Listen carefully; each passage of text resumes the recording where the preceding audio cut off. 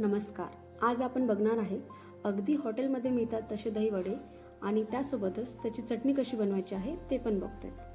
त्यासाठी आपण 2 वाट्या उडदाची डाळ 4 ते 5 तास भिजवून घेतली आहे आणि नंतर मिक्सरमध्ये बारीक करून घेतली. एकदम फाईन पेस्ट करून घ्यायची आहे.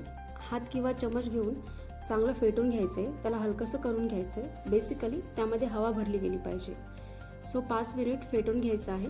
बघू शकता बॅटर कसं हलकंसं झालेलं आहे. त्यानंतर आपण त्यामध्ये मीठ ॲड करूयात आणि छान फेटून घेऊयात. आता आपण हिरवी चटणी बनवतोय. त्यासाठी 2 हिरव्या मिरच्या, थोडंसं जिरं, चवीनुसार मीठ, थोडासा पुदिना आणि कोथिंबीर घेऊयात. त्यासोबतच 2 चमचे शेंगदाणे ॲड करून घेऊयात.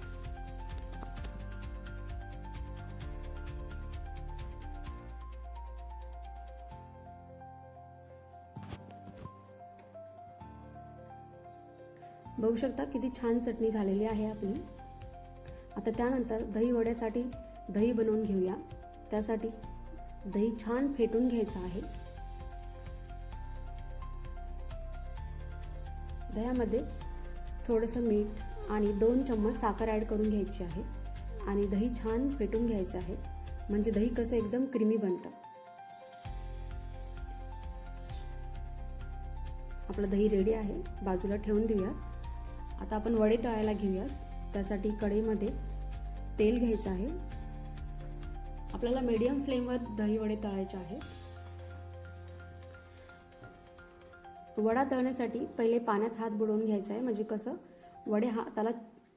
वड्याचं मिश्रण हाताला चिटकत नाही आणि वडे कसे गोल गोल छान होतात.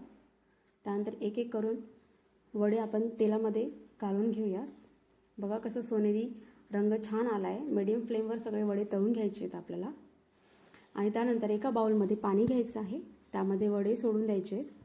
5 ते 10 मिनटं वड्यांना छान मुरू द्यायचं आहे.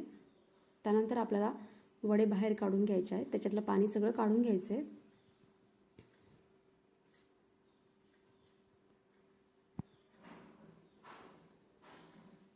आता आपण प्लेट तयार करतोय. त्यासाठी वडे घेतले, त्यावर आपण दही ॲड करून घेऊयात.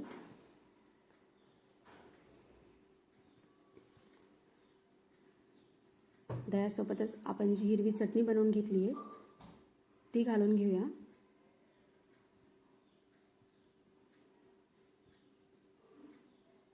त्यानंतर चिंच गुळाची चटणी घालून घेऊयात थोडीशी.